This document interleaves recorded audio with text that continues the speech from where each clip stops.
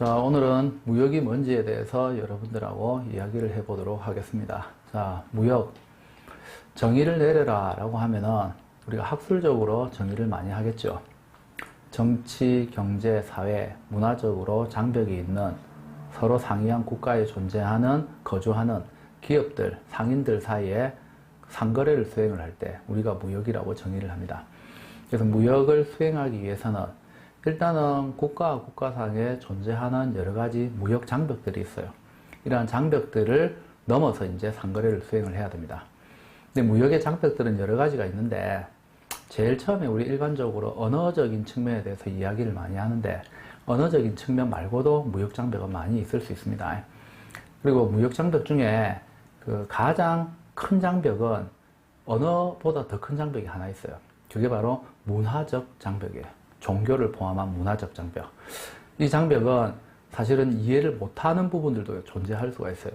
특히 종교나 문화하고 관련되어지는 장벽은 오랜 기간 동안에 걸쳐서 특정한 지역에 형성되어진 부분들이기 때문에 전혀 다른 지역에 있던 사람들은 이해를 하지 못하는 부분들이 상당히 많이 존재를 하게 됩니다.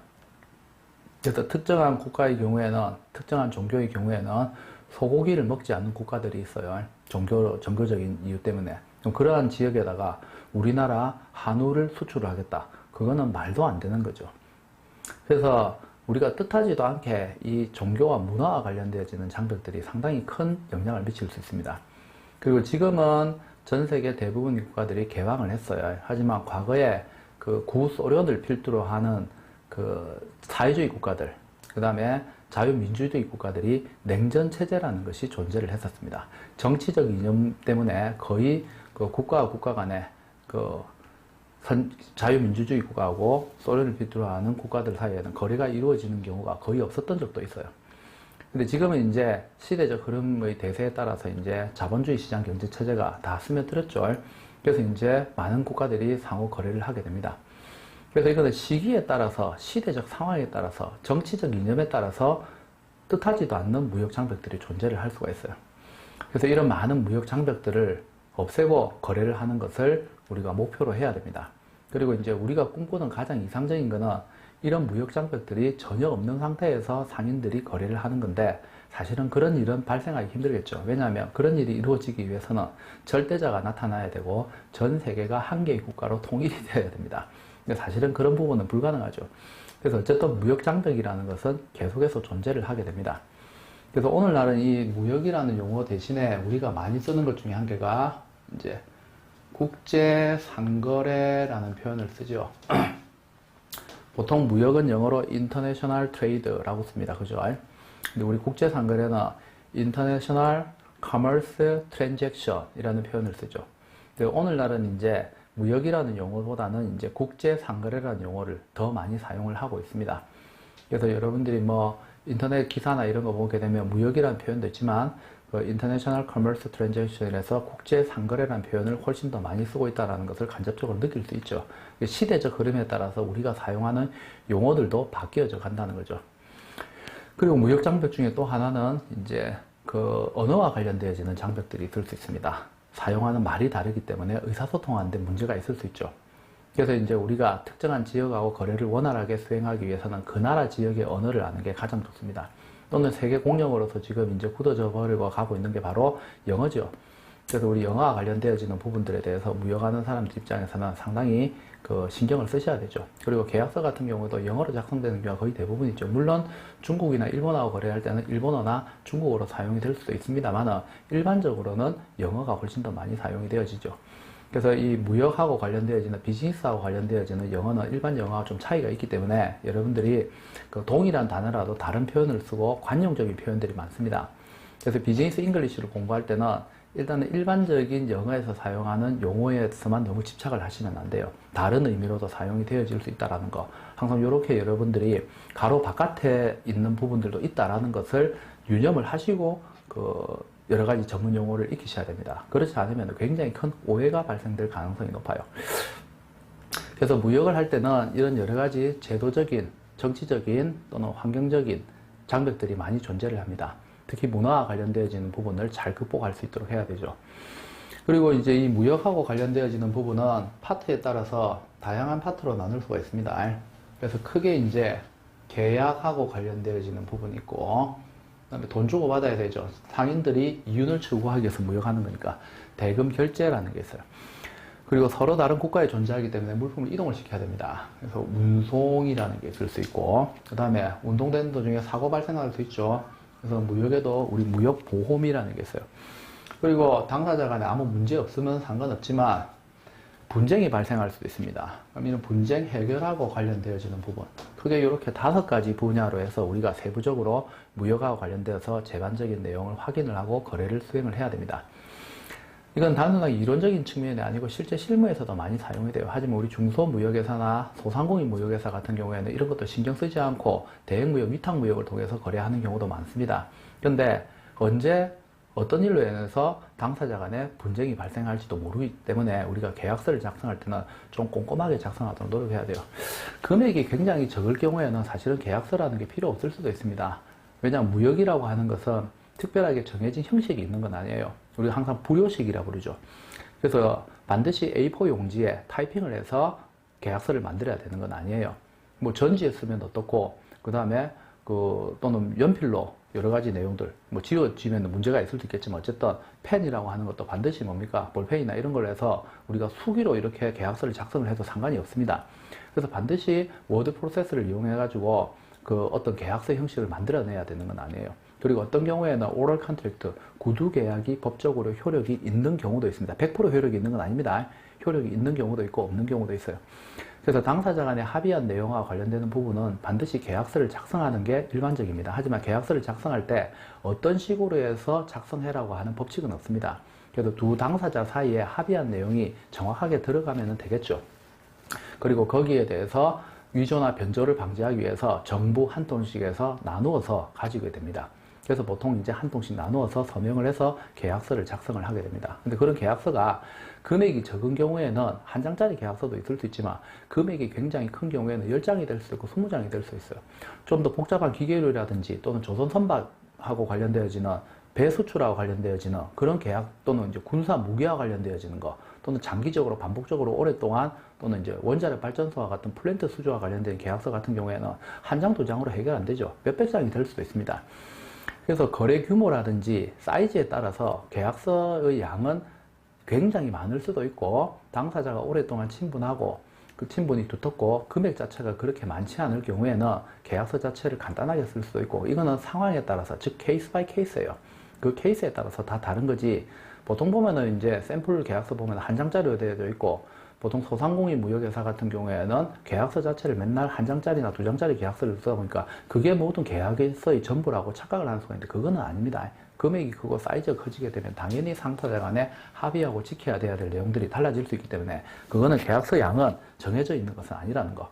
그거는 우리가 상식적으로 알 수 있는데 타성에 젖을 수가 있어요. 특정한 한 개의 품목 또는 한 개의 기업하고만 지속적으로 반복적으로 동일한 물품 거래할 경우에는 자신들이 작성하는 한 장짜리 계약서가 모든 계약에 있어서의 전부인 것처럼 착각을 하는 수가 있습니다. 큰일 납니다. 그거는 이제 사항에 따라 전부 다 다를 수도 있어요.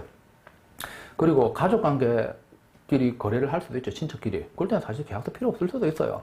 그래서 모든 거래에 있어서 다 계약서가 존재해야 되는 건 아닙니다. 그것을 대처할 수 있는 거래관계행 증빙서류들이 많이 있어요. 상업 송장이라든지 이런 것으로서 얼마든지 대처가 될 수 있기 때문에, 하지만 우리 당사자 간에 합의를 하고 서로 약속을 이행을 하기 위해서는 증거가 필요로 해요. 그래서 이제 계약서 같은 것을 작성을 하게 되어집니다. 자, 그래서 우리 무역하고 관련되어지는 파트가 여러 개가 있는데, 여기서 계약은 수출자, 수입자 본인들이 작성을 해야 돼요. 당사자들이. 그래서 우리가 이 부분을 주계약이라고 불러요. 주계약. 매매계약을 주계약이라고 불러요. 매매계약. 당사자 간에 체결한 데서 매매계약.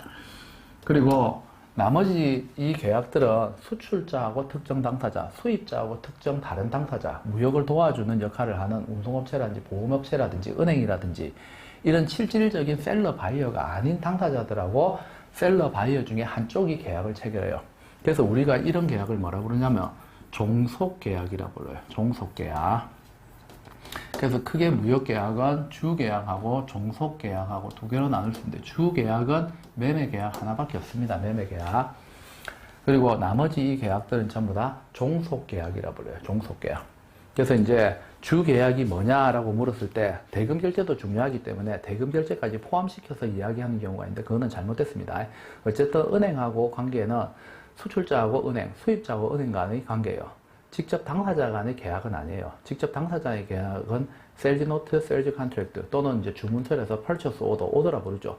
이런 이제 셀러 바이어, 매도인하고 매수인 사이 직접적인 계약 당사자끼리 체결하는 거, 요것만 주계약이에요. 그래서 주계약은 매매 계약 하나밖에 들어가지 않습니다. 자, 그리고 이러한 계약하고 관련되어서 또는 운송이든 결제든 보험이든 분쟁 해결하고 관련되어지는 부분에서도 국제 간의 조율이 필요해요. 서로 상이한 국가의 다른 법 체제 하에서 존재를 하던 당사자끼리 계약을 체결을 하는 거기 때문에 서로 자기네 국가에 있는 법률을 적용하는 게 유리할 수 있습니다. 근데 상대방은 그걸 원하지 않을 수 있어요. 그래서 이와 관련되는 부분에서도 국제적으로 상호 이제 적용할 수 있는 국제 상간섭들이 있습니다. 그런 국제 상간섭들이 이제 그 각각의 그 계약의 종류에 따라서 다 상이하게 만들어져가 있어요. 그래서 일반 매매 계약하고 관련돼서는 여러분들이 흔히 비엔나 협약이라는 게 있습니다. 비엔나 협약, 셀러하고 바이어하고 당사자 간에 지켜야 되는 의무사항, 그리고 권리 구제사항 이런 것들이 나와 있는 게 있어요. 유엔에서 제정했다 해서 UNCISG 또는 유엔을 빼고 그냥 CISG, 비엔나 외교회의에서 채택되었다 해서 비엔나 협약이라고 부릅니다. 이거는 이제 매매 계약 당사자 간에 있어서 당사자들의 권리라든지 의무라든지 이런 부분에 대해서 이제 국제적으로 그 합의를 해서 만든 협약이에요. 협약. 지금은 여러분들이 이런 이제 협약들 이름만 기억을 하시면 돼요. 나중에 이거 구체적으로 다 들어가서 세부적으로 확인을 다 할 거예요. 그래서 지금은 계약하고 관련되는 데 있어서 국제적인 상간섭이 무엇들이 있다, 결제하고 관련돼서 무엇들이 있다, 이런 것만 기억하시면 돼요. 어차피 앞으로 다 볼 건데 여러분들이 지금 그 세부적인 내용을 알려고 하면은 한도 끝도 없습니다. 그래서 지금은 이름만 기억하시면 돼요. 그 다음에 인코텀즈라는 게 있습니다. 인코텀즈라는 게 있어요. 보통 FOB, CIF, 지금 이 용어를 아시는 분도 있고 모르시는 분도 있지만 우리가 보통 계약을 체결할 때 인도 조건으로서, 인도 규칙으로서 당사자 간에 있어서 물품의 단가를 책정할 때 많이 사용하는 겁니다. 현재 11개의 규칙이 있습니다. 인코텀즈. 그래서 인코텀즈라는 게 있다라는 것 정도만 알고 있으면 되겠습니다. 자, 그 다음에 대금 결제와 관련되어서는 국제무역에서도 어음으로 거래를 할 수 있어요. 어음으로 거래를 할 때 우리가 이것을 추심이라고 부릅니다. 그래서 이와 관련되어진 부분에서 국제적으로 통일화되어 있어요. URC라고 불러요. 추심에 관한 통일 규칙이라고 부릅니다. 그리고 대금 결제 방식 중에 신용장이라는 게 있습니다. 화한 신용장 통일 규칙 및 관련해서 UCP 600이라는 게 있어요. 대금 결제하고 관련되어진 겁니다. 물론 이거 외에도 더 많은 것들이 있는데 지금은 대략적으로 어떤 것들이 있다 개념만 아시면 될 것 같아요. 자, 운송하고 관련되어서는 헤이그 룰, 헤이그 비즈비 룰, 함부르크 룰 이런 것들이 있고, 자, 보험은 Marine Insurance Act에서 영국 해상보험법이라는 게 있습니다. 영국 해상보험법. 그리고 분쟁을 해결하는 방식, 무역 분쟁을 해결하는 방식은 소송이라는 것도 있지만 앞으로 여러분들이 늘 듣게 될 게 상사중재라는 게, 상사는 기업을 뜻해 무역회사, 그리고 상사중재라는 방식이 있어요. 이런 상사중재하고 관련되어지는 국제협약이 있는데 요걸 우리가 뉴욕협약이라고 합니다. 이거 외에도 국제상거래와 관련되어서 적용되어질 수 있는 국제협약들은 상당히 많이 있어요. 근데 이런 협약들이 우리가 계약을 체결할 때, 그리고 계약과 관련되어서 분쟁이 발생할 때 어떤 법적 근거를 가지고 준거를 해서 당사자 간의 분쟁을 해결할 것이냐, 또는 미연에 방지하기 위해서 내가 알아야 될 내용이 무엇들이냐라는 것들에 대한 국제적인 상관습들입니다. 그래서 이런 내용들을 전부 다 구체적으로 다 확인을 할 거예요. 그래서 지금은 우리가 계약과 관련, 무역 계약과 관련되는 파트는 그게 5가지가 있는데 이런 것들에 대해서 적용될 수 있는 국제 상관섭이 어떤 것들이 있다라는 개략적인 내용들만 알고 있으면 됩니다. 그래서 구체적으로 다 이 조항 분석까지 전부 다 할 거예요. 그거는 그때 가서 여러분들이 확인을 하시면 될 것 같습니다. 자, 그래서 이번 첫 시간에는 무역과 관련되어진 가장 일반적인 개념, 그리고 무역에 있어서 적용될 수 있는 국제적인 협약들이 무엇이 있는가만 확인을 했습니다. 이런 개념들만 여러분들이 이름들만 잘 기억하시면 될 것 같습니다. 자, 수고하셨습니다.